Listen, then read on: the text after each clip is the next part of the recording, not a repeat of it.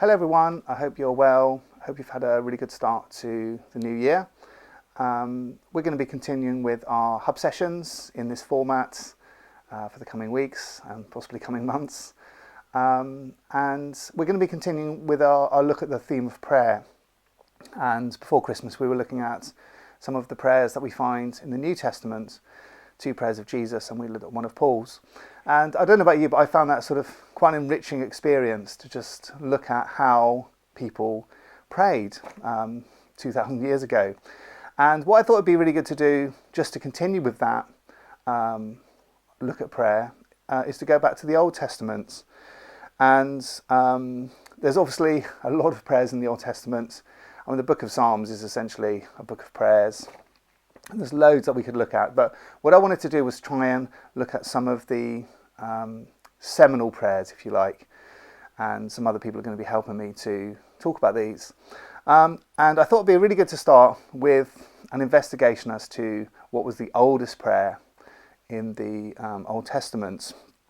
And there's obviously a lot of prayer happening in the early chapters of Genesis, but there are no recorded prayers as such. There's lots of building of altars. There are these sort of mini conversations between people and God. But the first real prayer that we come across is found in Genesis 18, and it's a really sort of heavy-duty encounter between God and Abraham. And it's at a point in the story of Abraham where he's at the trees of Mamre with Sarah. They still haven't had a son. And these 3 men appear and tell Abraham and Sarah that they're going to have a son after all. And of course, Sarah famously laughs because she's so old. And what happens is that these 3 men eventually leave.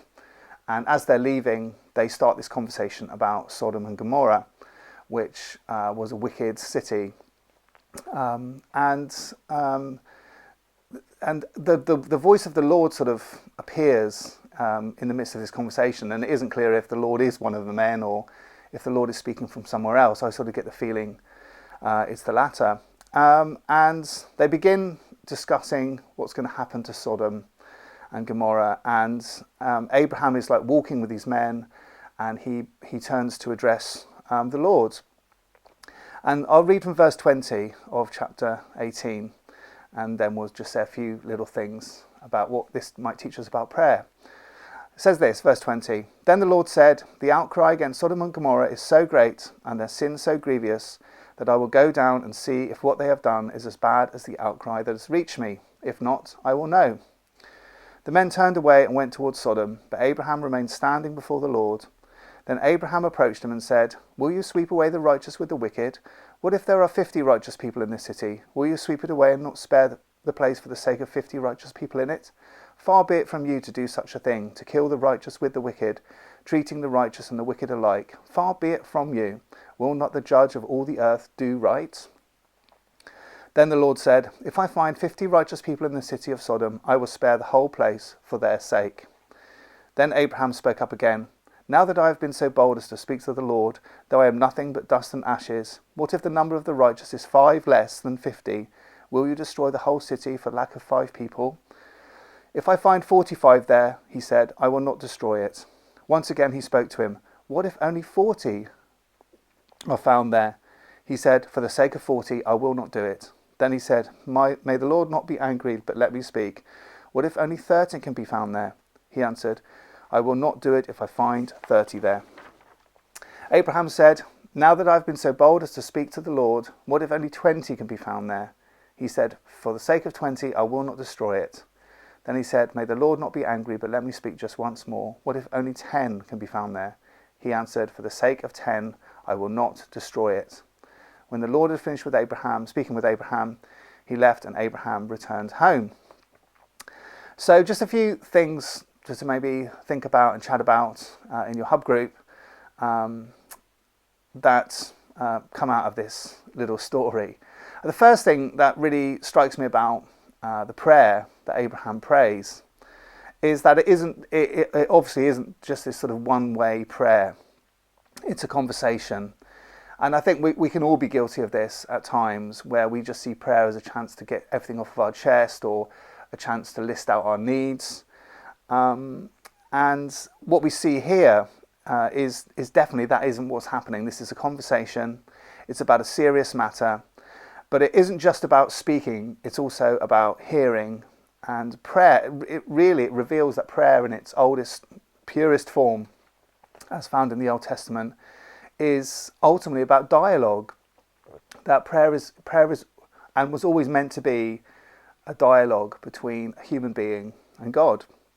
And I think that's a great thought. You know, we can overemphasize the hearing, we can overemphasize the speaking, but in fact it's a union of the both. We need to be able to speak and hear as you would in any relationship. The second thing that really I think is quite radical about this prayer is the boldness of Abraham. And he even realizes that he's being bold, and he mentions it twice, I think. And in fact, the Hebrew is a little bit softer than bold. It really means to venture to speak or dare to speak. Abraham was venturing to speak with the Almighty God, and he knew that. And what he does essentially is he appeals to God for Sodom, and his appeal is sort of laced with this appeal to God's character. And he's basically saying, Lord, you're righteous. Will you treat the righteous just in the same way as you treat the wicked? And he's appealing to God's sense of justice. He's appealing to God's sense of goodness and God's sense of righteousness. And I think sometimes this is, for me, I think this is the heart of effective prayer. Because the truth is we can't appeal to our own goodness. We can't appeal to our own righteousness. But we can appeal to his. To God's goodness and God's faithfulness. And I often pray, Lord, do this for the sake of your name, you know, for the renown of your name. And I think Moses prayed very similarly, and we're going to look at that prayer later. So that's something that's really interesting, thinking about what are we venturing to ask God for? What are we daring to ask God for? The third thing I sort of feel about this prayer is that really strikes me is the respectfulness of Abraham. Although he is speaking boldly, he's venturing to speak with the Almighty, there is no sense in which he's being rude or disrespectful. And it's so obvious that he fears the Lord. Abraham feared the Lord. And we sometimes I think we've lost that a little bit. We've lost that sense of the fear of the Lord in our era. And for Abraham, he really seemed to get this. And he communicates in a way that's filled, not with like religiosity, because I think that can sort of tip into religiosity at times, that idea of the way we talk to God. But I think he's just, the way he communicates with Abraham is just filled with this heartfelt reverence.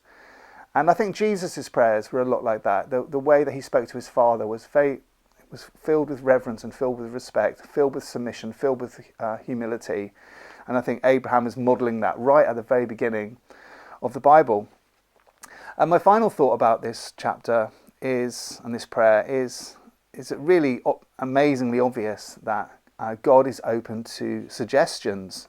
It's a real shock that God moves from his position of saying he's going to destroy the city to saying he'll only destroy it if there's he won't destroy it if there's 50 righteous people there. Then it goes down to 45, then 40, then 30, then 20, and eventually ends up at 10.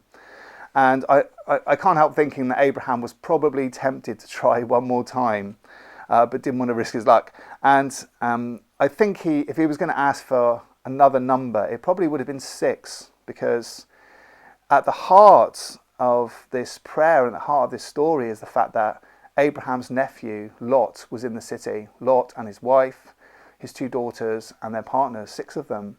And I think deep down,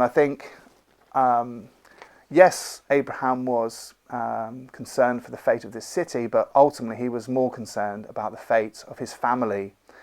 And I love the fact that God still destroys the city, which is a terrible condemnation on the city, that there weren't even 10 righteous people in the city. But the amazing thing about the prayer is that God answers the unrecorded prayer of Abraham. Whether it was unspoken or not, we don't know, but the unrecorded prayer of Abraham to save his family. And of course that's what God, although it still is only 3 of them end up being saved, but that's what actually happens in the end, is that God does send his angels to rescue to rescue Lot and Lot's wife and his daughters. I like that. I like that about prayer. I like the fact that, you know, we can have all our prayers, but ultimately the things that really deeply trouble us and move us and concern us, God is really about trying to answer those prayers for our families, prayer for our loved ones. So there we go. There are a few thoughts, and I hope that's helpful, and I hope you can have a good discussion around some of those ideas. Bless you, and see you soon.